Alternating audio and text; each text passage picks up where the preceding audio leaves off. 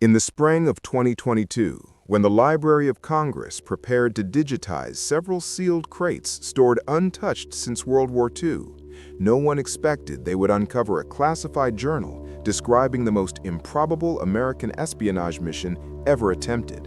One that, if true, rewrites the very understanding of U.S. intelligence history. Chapter 1. The Crates Beneath the Capitol. The humidity sensors in sub-basement C had been malfunctioning again, and the preservation team had been complaining for months. The lower levels of the Library of Congress, those the public rarely saw and few employees enjoyed visiting, always smelled faintly of aged paper, varnish, and the metallic tang of slow rust. Long corridors stretched beneath the Capitol, dimly lit by humming fluorescent tubes that hadn't been replaced since the early 90s. Dr. Evelyn Hart, senior historian and archival specialist, pushed her cart along the concrete floor, heading toward the shelf she dreaded most. She was used to strange discoveries, miscategorized maps from the 1800s, mislabeled reels from the golden age of American radio, even an uncatalogued telegram signed by Theodore Roosevelt. But the crates she was tasked to inspect today were different. For one, they were not logged in any accessible system. And two, they were marked with a symbol she had only seen once before, a 13-pointed star enclosing an eagle with no shield. Not the presidential seal, not the Great Seal. Something older, something unofficial. 2 months earlier, a structural survey team had found the crates wedged behind a false wall, stacked 3 high. Dust coated their wooden surfaces like icing on a forgotten cake. Nails protruded at strange angles, as if the crates had been sealed in haste. Warped stencils spelled out, "Property of U.S. Gov, 1943. But what unnerved Evelyn most were the other markings. Red wax seals, each unbroken, bearing imprints in Latin. Prevenire, tacere, retaini. Foresee, be silent, retain. She ran her fingers across the seal again, feeling its brittle edges. Whatever's inside, she murmured. Somebody wanted it buried. Her assistant, Malik, shifted nervously behind her. "Dr. Hart, should we file a request with Special Collections or National Security?" She swallowed, thinking fast. Protocol says we inspect first, we document, then we escalate. Malik didn't argue, but Evelyn noticed the way he glanced toward the nearest exit, 40 yards down the dim hallway. She inhaled deeply. "All right, let's open it." She lifted the pry bar, wedging it beneath the lid. The wood groaned as she applied pressure. With a sharp crack, the first nail snapped loose. The lid lifted. Inside lay a single object, wrapped in oilcloth, bound tightly with faded olive green straps. Evelyn unfastened them. The cloth fell away. Beneath it rested a journal. Leather-bound, water-stained, the edges frayed. A brass clasp locked it shut. On its cover, engraved in worn lettering, "The mission of Captain Isaac Bell, U.S. Strategic Operations 1942-43, classified, eyes only." Malik exhaled sharply. "Captain who?" Evelyn didn't answer. Her fingertips trembled, not because of fear, but recognition. She had seen this name before. Once, 20 years ago, in an FBI restricted index on wartime anomalies, an index that vanished 2 days after she viewed it. Captain Isaac Bell was rumored to be part of a wartime intelligence unit so secret that even its existence was denied by every branch of the U.S. government. The 13 Directorate. She unclasped the journal.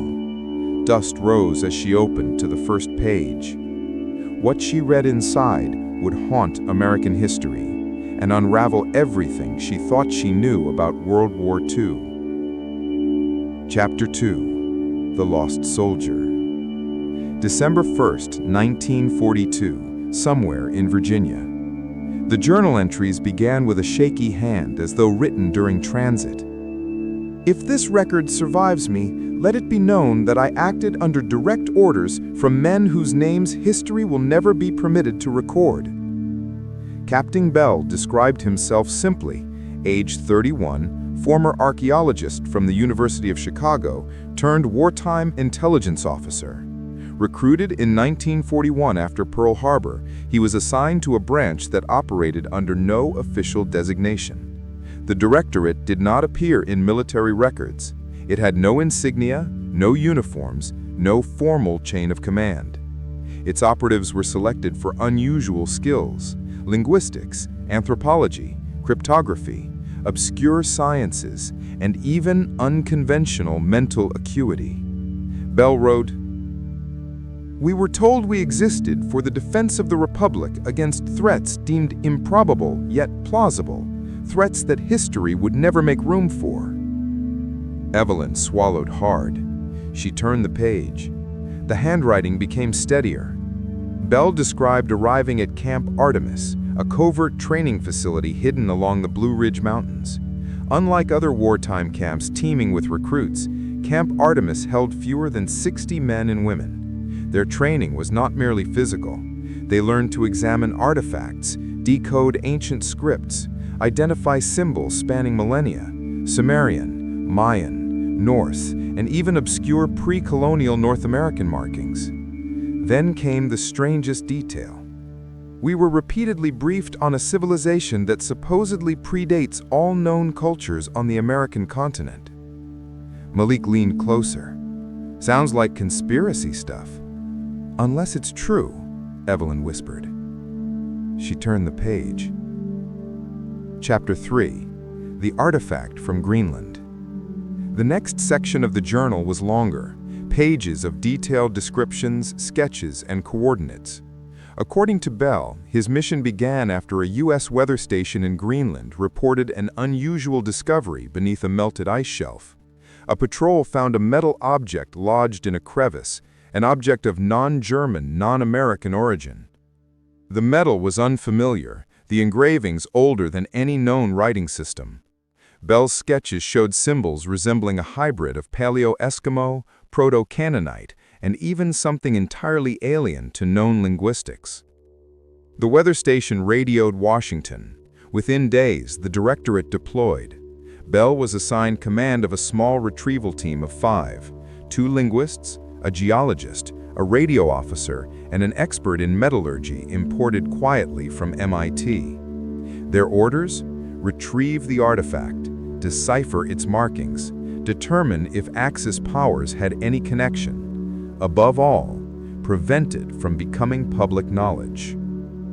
The journal described their journey north aboard a Navy PBY Catalina. Blizzards, ice drifts the size of small cities, the wreckage of a German reconnaissance plane, half buried in snow, recent, still smoking. The team descended into the crevice. At 200 feet deep, Bell described seeing something that should not exist. A rectangular monolith of metal, smooth, seamless, standing upright as if placed deliberately. 6 feet tall, covered with symbols. It emitted a faint vibration, and when the geologist touched it, the man collapsed unconscious. Evelyn paused. This is incredible." Malik shook his head. Or completely fabricated. But the journal was too detailed. Coordinates, atmospheric pressure readings, naval timestamps, personnel names, even SEAL codes recognizable to wartime naval intelligence. She continued reading. Bell described extracting the monolith using a pulley system and unspooling cables by hand in sub-zero winds. The team secured it aboard the Catalina under the cover of night. The return trip was uneventful until the final line of the entry. "I have never seen stars behave as they did on our return. They moved." Evelyn blinked. "Moved?" Malik frowned. "Like northern lights?" Maybe. But Bell had underlined the word 3 times. Chapter 4. Washington Panic. The next entries revealed that the U.S. government had been tracking anomalies for months. Unexplained aerial phenomena, lights moving against wind patterns, bursts of radio interference that caused equipment to fail. Most were dismissed as German experimentation, but Hayes disagreed.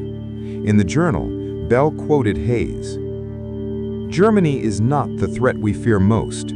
They merely stumbled upon something older, something we are now certain existed on American soil long before any known civilization." Over the next few weeks, Bell was given access to restricted files, photographs of artifacts recovered from Montana, Arizona, and the coast of Maine.